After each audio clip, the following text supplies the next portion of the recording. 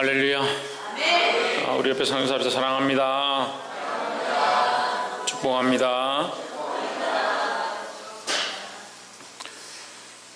말씀의 제목을 한번 읽어봅시다. 시작. 너희 믿음이 어디에 있느냐? 예수님께서 제자들에게 물으셨던 질문과 같이 우리가 날마다 나 자신에게 내가 믿음이 어디에 있는가? 내가 지금 이렇게 말하고 있는데 나의 믿음이 어디 있는가? 내가 지금 이렇게 행동하고 있는데 나의 믿음이 지금 어디 있어서 내가 이런 행동을 하고 있는가? 자기를 점검하기를 주의 이름으로 축복합니다. 항상 말씀을 통해서 조명하고 말씀을 통해서 점검하고 말씀을 통해서 자기 자신을 바르게 세워가야 됩니다.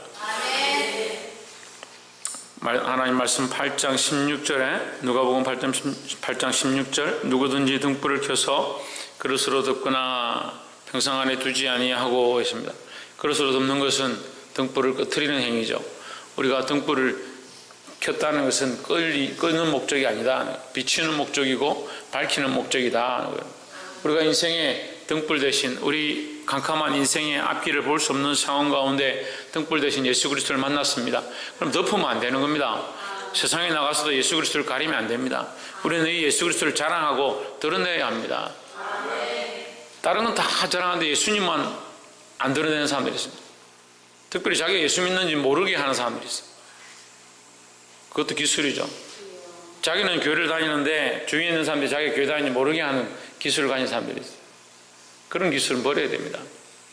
예수 그리스도를 비추시기를 주의 이름으로 축복합니다. 평상 안에 두지 아니하고 등경 위에 두나니 선반 위에 둔다 이 말이에요. 선반 위에 높은 데 둔다.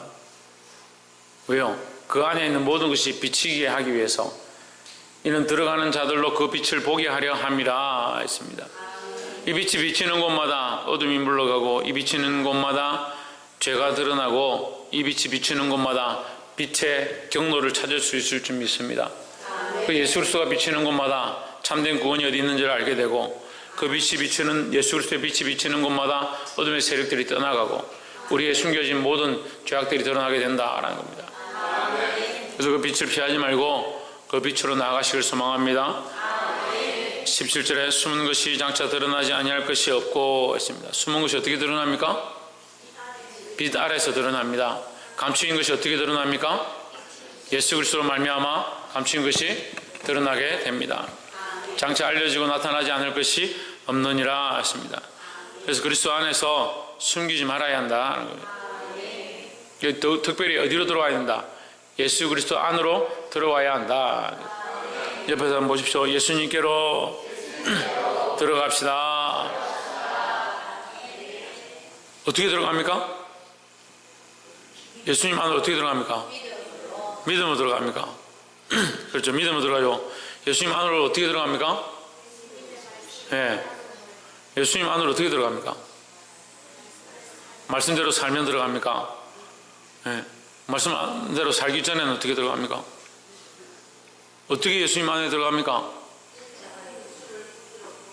예수 그리스도를 구주로 고백하는 거예요. 맞습니다. 다 맞는 얘기입니다. 지금 틀렸다고 하는 게 아니고 어떻게 하면 예수님 안으로 들어갑니까?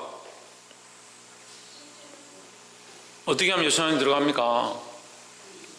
그럼 고민 안 해봤어요? 예수님이 어디 있는데 들어가요? 예수님이 어디 있는데요? 내 안에 있죠? 근데 어떻게 들어가요? 예? 예수님이 내 안에 있는데 어떻게 들어가요? 예, 예수님이 내 안에 있는 것이 내가 예수 안에 있는 것이다. 예수님이 내 안에 오셨다는 예수 안에 들어가는 방법이 뭐냐? 예수 안에 들어가는 방법이 뭐냐? 예수님이 내 안에 오시는 것이 내가 예수 안에 들어가는 방법이에요. 모르겠는 사람은 그냥 믿으면 돼요. 예수님이 내 안에 오신 것이 내가 예수님을 믿음으로 모셔드린 것이 내가 예수 안에 들어가는 방법이다 라는 거죠. 이 등불도 그런 원리죠. 어떻게 빛을 밝히냐? 등불을 켜면 되죠. 그 등불이 우리 집안에 있음으로 집안의 모든 것을 밝히는 거죠. 그 등불이 우리 집안에 들어온 것 자체가 뭐냐? 이 등불 안에 우리가 속하게 된 거죠. 그 등불 안에 모든 것이 밝아지게 된 것이죠. 예수 그리스도가 우리 안에 들어오신 것이 내가 그리스도 안에 들어간 관계다 하는 거죠. 그래서 너희가 내 안에, 내가 네 안에, 우리가 그리스도 안에 또 어떻게 들어가냐? 그리스도가 내 안에 들어오게 된 거. 어떻게 들어옵니까? 믿음으로 예수 그리스도를 주로 고백함으로 우리 안에 들어온다는 거예요. 세 번째 뭐라고? 고백함으로 인해서 뭐가 되는데? 예수님 네 안에 계시나? 확실해? 그렇게 자신이 없어가지고. 확실합니까? 18절에 그러므로 너희가 어떻게 듣는가 스스로 삼가라. 누구든지 있는 자는 받겠고 없는 자는 그 있는 줄로 아는 것까지 빼앗기리라 하시니라 했습니다. 어떻게 들을까 스스로 삼가라. 누구든지 있는 자는 받겠고, 이 있는 자가 뭐가 있다는 거예요? 예수님이 있다는 거죠. 예수님이 있다는 거예요. 그 안에 예수님이 있는 자는 더 큰 하나님 나라의 유업과 축복을 받게 될 것이고, 없는 자는 그 있는 것까지 자기가 있다고 생각했던 그 세상의 보화와 세상의 가치관들까지도 빼앗기게 될 것이다. 그럼 세상에 가진 것들은 지금 소용이 없는 거예요. 우리가 살아가는 데는 세상에 가진 것들이 필요한 것처럼 보이지만 사실은 세상에 있는 것들은 별로 필요 없는 거예요. 우리가 참 필요한 것은 뭐냐? 예수 그리스도죠. 예수 그리스도를 가진 자는 세상에 있는 것들도 더 귀한 것들을 우리가 받게 될 것이고, 없는 자들은 그 가진 것, 지금 이 세상에서 있다라고 하는 그 부유함이라고 하는 것들, 세상의 명예라고 하는 것들, 세상의 아름다움이라고 하는 것들 또한 뭐한다? 빼앗기게 될 것이다 하는 거죠. 그래서 우리의 소망이 어디입니까? 지금 보이는 것들과 배부른 것들과 재물과 세상의 명예가 아니기 때문에 빼앗길 것들을 왜 지금 우리가 취하냐? 썩어질 것들을 왜 지금 취하냐는 거예요. 우리의 소망은 보이지 않는 데 있습니다. 보이지 않는 것을 위해서, 그 하나님 나라를 위해서 믿음으로 싸워 나가야 합니다. 그러니까 그 믿음으로 싸워 나가는 모양이 뭐냐? 예수 그리스도 안에 있으려고 힘쓰는, 예수 안에 살아가려고 힘쓰는, 예수 그리스도와 함께 동행하려고 힘쓰는 모양들이다 하는 거죠. 그런 자는 어떻게 된다? 더 받게 될 것이고 했습니다. 지금 우리가 누리면요, 하나님 나라 가서 못 누릴 수 있어요. 하지만 우리가 그리스도와 함께하고 이 고난과 이 영적 싸움을 싸워 나가면 하나님 앞에 가서 더 아름다운 것들로, 이 세상에 비교할 수 없는 것들로 체험을 더 입게 된다라는 거예요. 그래서 우리의 보안은 어디에 있다? 하나님 나라에 있다. 우리의 기쁨과 즐거움도 어디에 있다? 하나님 나라에 있다. 그래서 그 소망을 가진 거예요. 그 소망을 우리가 가진 거예요.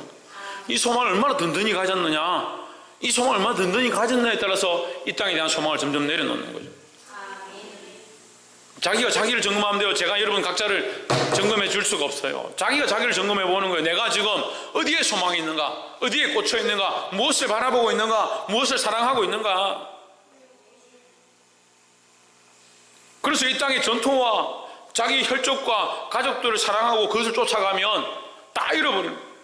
하지만 이 내세에서 이러한 것들을 다 잊어버린다 하더라도 내가 그리스도를 위해 살아가면 어떻게 된다? 이 생에서 이렇게 살아가면 어떻게 된다?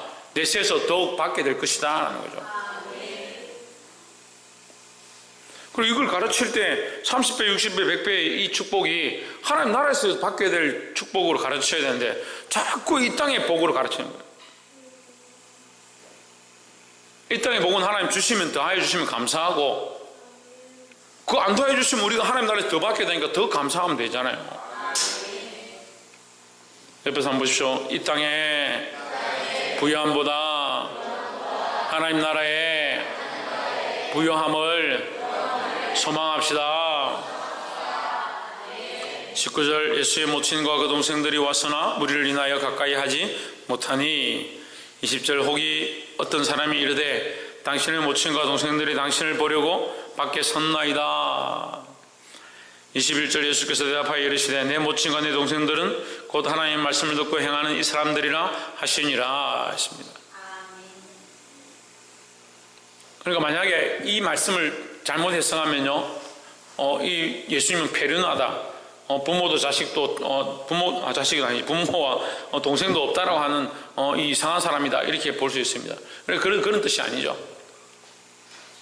내 어머니와 내 동생, 너희 말씀, 하나님 말씀을 따르고 하나님 뜻대로 살려고 하는 자들이 더 나의 친척과 같고 나의 혈족과 같고 내게 너무 귀중한 존재다라는 거죠.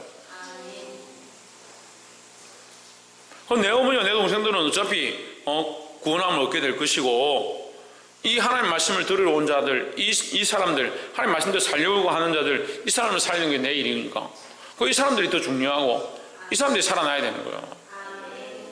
우리가 교회 안에 섬김과 봉사의 일을 하는 사람들은 항상 이런 생각들을 가져야 되는 거예요. 아이들을 바라보면서, 청년들을 바라보면서 내 자식보다 사실 이 영혼들, 이 청년들, 이 학생들, 이 아동부, 이 어린이, 이 유치부 아이들이 더 내 가족 같고 내 생명 같고 내게 너무나도 없어서는 안 될 그런 영혼으로 바라보아야 되는 거예요. 그런 시각이 1도 없으면 어떻게 돼요? 그런 시각이 하나도 없으면 어떻게 돼요? 내 자식, 내 골육, 내 친척은 너무 사랑스럽고 눈에 넣어도 아프지 않을 것 같은데, 근데 교회 새로운 아이들, 학생들, 청년들은 별로 뭐하면 교회 오면 식량을 축내고 밥이나 축내고 시끄럽게는 하고 왔다 가면 다 뭐 뜯어놓고 고장내놓고,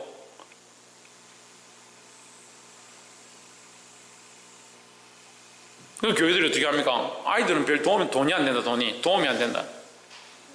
어른들은 와서 헌금이라도 내고 가는데 아이들은 자꾸 먹고 축내고 간다. 그런 생각합니다. 하나님의 관점이 아닌 거죠.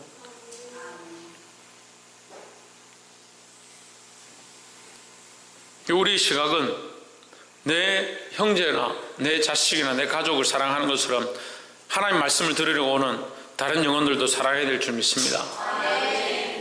21일 하루는 제자들과 함께 배에 오르사 저에게 이르시되 호수 저편으로 건너가자 하시매 이에 떠나 23절 행선할 때에 예수께서 잠이 드셨더니 마침 강풍이 호수로 내리침에 배에 물이 가득하게 되어 밑에 앉으라 했습니다. 배에는 물이 있으면 안 되죠. 배에 물이 있으면 가라앉습니다. 배에 누가 있느냐? 예수님 있습니다. 우리가 이 예수님을 어느 정도로 생각하느냐? 이 제자들이 예수님과 함께 있었습니다. 예수님은 참 중요한 분이고 저분은 좀 쉬셔야 되고 우리보다 선생이니까 우리가 그분을 모셔야 되고, 그분이 저기 가시겠다 하니까 우리가 최선을 다해서 저분을 보호하고 좋은 길로 모시고 가야겠다. 선생이고 능력 있는 분이고 힘 있는 분이다, 이 정도까지는 되는 거예요. 우리도 다 그 정도는 돼요. 우리도 다 그 정도는 돼요.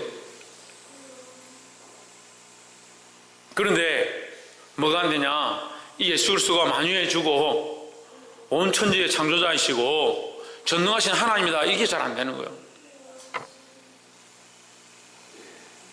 그 실컷 배워가지고 말씀을 배워가지고 예수님에 대해서 가르쳤는데 나중에 보니까 예수님은 나의 친구다. 그래, 친구 맞아요. 우리에 가까이 오셔서 우리와 함께하기 원하고 우리의 아픔을 함께 하시는 친구가 맞아요. 하지만 또한 그분은 전능하신 하나님이다.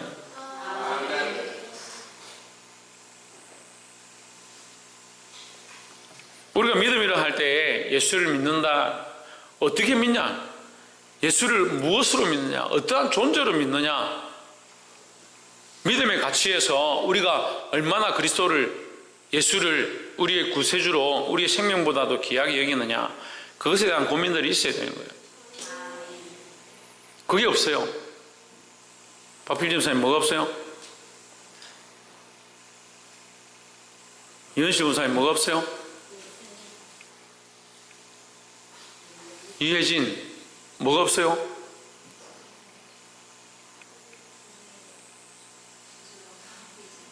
홍준은 뭐가 없어요? 예수를 얼마나 믿느냐, 예수를 어떠한 존재로 내가 생각하느냐, 그 가치가 없다고요. 가치가 없다는 게 뭐예요? 그럼 한 사람은 들고 왔는데 돌을 들고 왔다 합시다. 한 사람 들고 왔는데 금을 들고 왔다 합시다. 같은 돌입니다. 그죠? 같은 광석을 들고 왔습니다. 들고 왔는데 한 사람 돌을 들고 하나 금을 들고 왔습니다. 어느 게 더 귀해 보이겠습니까? 금을 들고 온 사람이 귀하죠. 우리가 하나님 앞에 가서요, 네가 예수를 어떻게 믿었느냐, 예수를 어떻게 생각하느냐라고 우리가 내놓을 때 돌같이 꺼낼 거예요?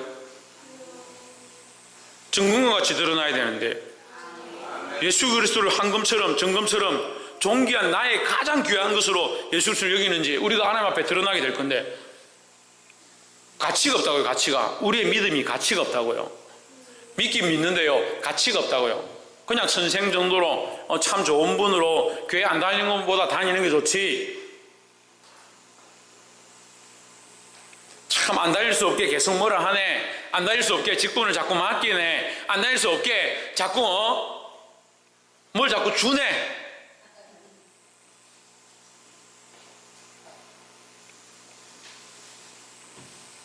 위태하게 되면 드러나는 거예요. 위험하게 되면, 어려운 일이 닥치면 드러나는 거예요. 어려운 일이 닥치면 뭐가 드러납니까? 믿음이 드러나는 거죠. 믿음이 없어서 문제가 아니에요. 예? 믿음이 없는 게 아니고 어떠한 가치로 믿느냐가 문제죠. 지금 이 제자들이 예수님 안 믿었으면 예수님 버리고 가죠. 뭐로 예수님 태우고 예수님 주무시면 일어나십시오. 우리도 힘든데 같이 노를 져야지 왜 잡니까? 이렇게 하잖아요. 근데 그나마 존재를 인정하는 거예요. 그나마 예수님 가치를 좀 인정하는 거예요. 예수님 그래도 기적을 행하시고 우리를 제자로 삼으셨는데 이분을 우리가 잘 모셔야지. 그래서 좀 쉬십시오. 우리는 노를 듣겠습니다. 열심히 노. 우리 인생이야. 우리 인생이에요. 우리 인생. 예수를 믿긴 믿어요. 그래서 예수님을 잘 모셔놨어요. 근데 예수님을 어느 정도로, 우리 선생 정도로.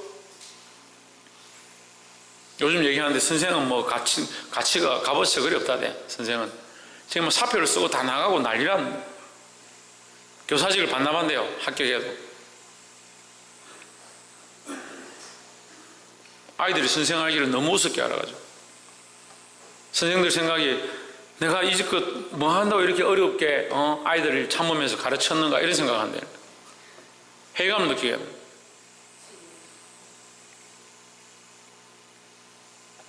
(24절에) 제자들이 나와 깨워 이르되 주여 주여 우리가 죽겠나이다 한데 예수께서 잠을 깨사 바람과 물결을 꾸짖으시니 이에 그쳐 잔잔하여 지더라 했습니다. 25절 제자들에게 이르시되 너희 믿음이 어디 있느냐, 너희 믿음이 어디 있느냐 이 단어하고요, 그들이 두려워하고 놀랍게 여겨 서로 말하되 그가 누구이기에 바람과 물을 명함에 순종하는가, 바람과 물을 명함에 순종하는가, 이 단어가 서로 부딪히는 겁니다. 믿음이 어디 있느냐 분명히 물었는데 그러면 예수님이 이런 분이신 줄 내가 못 믿었구나, 더 믿어야겠구나 이렇게 했는데 뭐라고요? 어떻게 순종하지? 그러니까 결국 예수님을 바람과 물과 폭풍우보다도 예수님을 못하다 생각하고 있는 거예요. 예수님이 바람과 물과 폭풍우보다 더 전능하신 분으로 인정하지 못하고 있는 거죠. 글로 보고 얘기로 들으니까 뭐 별거겠나 생각하지만 사실은 우리 현실에 바람과 폭풍우가 친다면 우리가 얼마나 예수를 바라볼 수 있을까 고민해 봐야 돼요. 하다못해 가다가 차가 고장나도요 믿음을 지킨 사람이 별로 없어요. 하다못해 가다가 문제가 하나 툭 터져도 그 가운데 하나님을 향한 그 신앙을 흔들리지 않는 사람이 별로 없어요.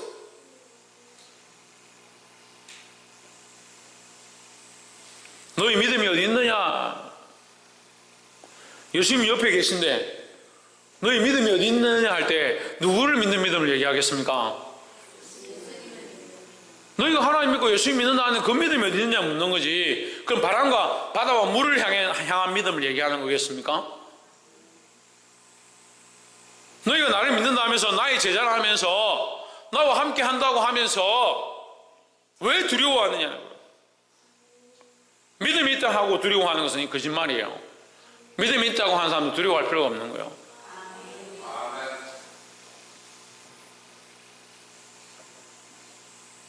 여러분 믿음이 어디 있습니까? 예수님을 위대한 선지자로, 명철한 분으로, 지혜 있는 사람으로, 우리를 가르치는 스승으로 그 정도 생각하십니까? 예수님은 천지의 주제시고 온 우주 만물을 만드셨고 참 하나님이시다는 거예요. 이 예수 그리스도를 믿음으로 고백하고 인정할 수 있기를 주의 이름으로 축복합니다. 26절에 갈릴리 맞은편 그라사인 땅에 이르러 27절 육지에 내리심에 그 도시 사람으로서 귀신 들린 자 하나가 예수를 만나니 이 사람은 오래 옷을 입지 아니하며 집에 거하지도 아니하고 무덤 사이에 거하는 자라 했습니다. 여기 이제 이 말씀의 전체 우리가 다 읽어보면요, 무덤, 죽음, 이 사망, 이러한 얘기들이 계속 나옵니다. 26절에서 39절 사이에 이 죽음에 대한 문제들이 굉장히 많이 기록되어 있습니다. 예수께서 육지에 내리심에 그 도시 사람으로서 귀신 들린 자 하나가 예수를 만나니 그 사람이 오래 옷을 입지 아니하며 집에 거하지도 아니하고 어디에? 무덤 사이에 거하는 자라. 28절에 예수를 보고 부르짖으며 그 앞에 엎드려 큰 소리로 불러 이르되 지극히 높으신 하나님의 아들 예수여, 나와 당신과 무슨 상관이 있나이까? 당신께 구하노니 나를 괴롭게 마옵소서 하니 했습니다. 자, 우리가 이 사람과 예수님의 대화로 봐야 되는 것이 아니고, 이 사단이, 이 귀신이 잡고 있는 이 사람 속에 있는 그 귀신의 말과 예수님과의 대화로 봐야 되는 거예요. 그러면 이 귀신은 이 사람을 어디로 끌고 다닙니까? 무덤 사이로 끌고 다닙니다. 그럼 귀신은 우리를 어떻게 하기를 원하겠습니까? 죽게 하는데, 우리를 사망으로 끌고 가는데, 우리를 멸망케 하는데 그들의 목적이 있다 하는 거예요. 그럼 예수님 보고 왜 나를 괴롭게 하지 말라 하느냐? 예수님은 생명의 구주가 되시니까 예수님의 생명의 사역과 이 죽음의 사역이 부딪히는 겁니다. 그러니까 나를 왜 괴롭게 하느냐 하는 겁니다. 우리도 세상에 거스르는 자가 되어야 합니다. 우리도 건축자들에게 거스르는 자들이 되어야 합니다. 세상의 방법을 하려고 하는 것들, 세상이 기뻐하는 것들에 거스르는 자가 되어야 합니다. 세상이 살고자 하는 것이 아니라, 세상의 방식대로 살고자 하는 것이 아니라 하나님의 방식대로 살아가야 되는 거예요. 세상은 우리를 죽는 대로 죽음으로, 사단은 우리를 죽는 대로 사망으로 이끌고 가려고 합니다. 믿음이 있다 하면 눈을 들어서 주님이 하시고자 하는 이 영적 일들을 보아야 하는 거예요. 왜 우리가 이것을 가지고 쟁투해야 되고 싸워야 되고 우리 가운데 다툼이 일어나야 되는가? 보아야 하는 거예요. 영적인 일, 생명의 일, 사람을 살리는 일을 위하여 우리는 끝까지 싸워 나가야 합니다. 나를 괴롭게 하지 마옵소서. 우리 성도들 중에도 그런 사람들이 있어요. 목사님, 저 좀 괴롭히지 마십시오. 저한테 왜 자꾸 이럽니까? 그럼 제가 죽이려고 하겠습니까? 살리려고 하겠습니까? 살리려고 하는 줄 아는데 왜 괴롭히지 말라고 하냐고. 왜 서로 부딪히고 왜 괴롭힘과 공격함이 되느냐? 예수님은 생명의 일을 하고 사단은 죽음의 일을 하니까 서로 부딪히는 겁니다. 여러분, 우리는 무슨 일을 해야 됩니까? 생명의 일을 해야 합니다. 29절에 이에 예수께서 이미 들어온 귀신을 명하사 이 사람에게서 나오라 하셨습니다. 귀신이 가끔 이 사람을 붙잡음으로 저가 쇠사슬과 고랑에 매여 지키었으되 그 맨 것을 끊고 귀신에게 몰려 광야로 나갔더라. 30절 예수께서 내 이름이 무엇이냐 물으신즉 이르되 군대라 하니 이는 많은 귀신이 들렸음이라 하십니다. 귀신은요 보통 때로 들어가요. 왜 때로 들어갑니까? 저끼리 잘 뭉치거든요. 때로 들어가요.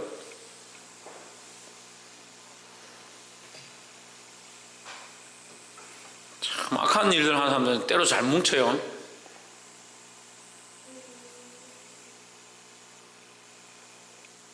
믿음의 일에 좀 잘 뭉치면 좋겠구만. 신성경 뭐라고?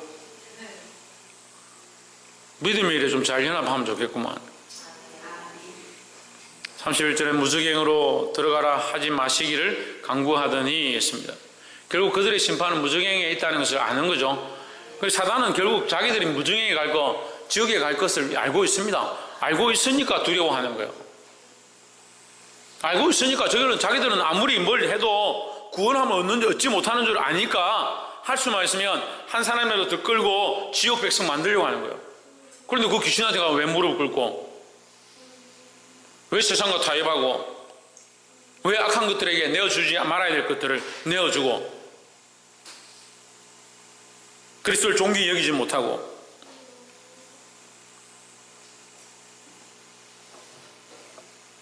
듣는 자는 깨달으시기 바랍니다.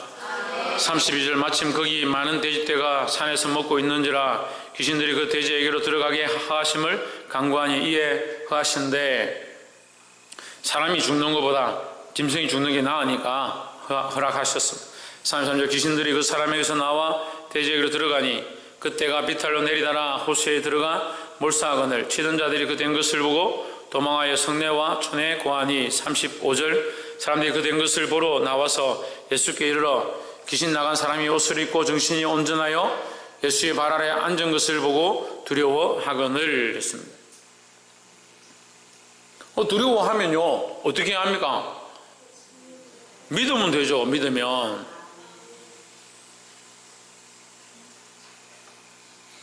돼지가 중요합니까? 사람이 중요합니까? 사람이 살았잖아요.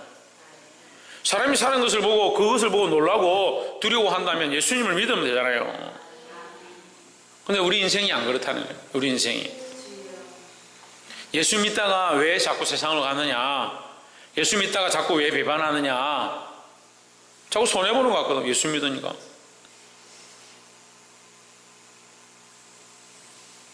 36절 귀신 들렸던 자에 어떻게 구원받은 것을 본 자들이 저에게 이르매 37절 그라사인의 땅 근방 모든 백성이 크게 두려워하여 떠나가시기를 구하더라. 예수께서 배에 올라 돌아가실새. 떠나가시기를 누가 구했느냐? 그 지방 사람들이. 그 사람이 귀신 들려서 무덤으로 돌아다니고 내 빨가벗고 다 죽은 것처럼 있고 쇠사슬에 매였는데도 그걸 풀고 도망치는 그 모습을 본 사람들이, 그 사람이 구원받은 것을 보고 은혜 있고 더 하나님 앞에 나아가는 게 아니고, 그 사람 보니까 그 사람은 멀쩡한데 돼지떼가 저기 물에 빠져 죽은 거예요. 지금 손해가 막심하다는 거예요. 당신 우리하고 계속 있으면 안 되겠다. 당신이 있으면 우리가 이 재산 다 축락할 것 같고 어렵다는 거예요. 떠나십시오. 좀 떠나주십시오. 예수 믿다가 떠난 사람들이 많이 있는 거예요. 계속 손해보는 것 같거든. 계속 힘든 것 같거든. 날마다 고치고 날마다 바꾸려고 하는데도 매일 야단 맞거든. 하지만 진리가 여기 있다는 거예요. 38절에 귀신 나간 사람이 함께 있기를 구하였으나 예수께서 저를 보내시며 이르시되 39절 집으로 돌아가 하나님이 내게 어떻게 큰 일 행하신 것을 일일이 구하라 했습니다. 예수님께서 그 땅에서 쫓겨났지만 예수님께서 뭐라고 하느냐, 쫓겨나지 않을 권세가 없는 것이 아니라 예수님은 억지로 하지 않는 겁니다. 그러니까 우리가 예수님 영접하라고 전도하고 기도해도요 억지로 할 수는 없어요.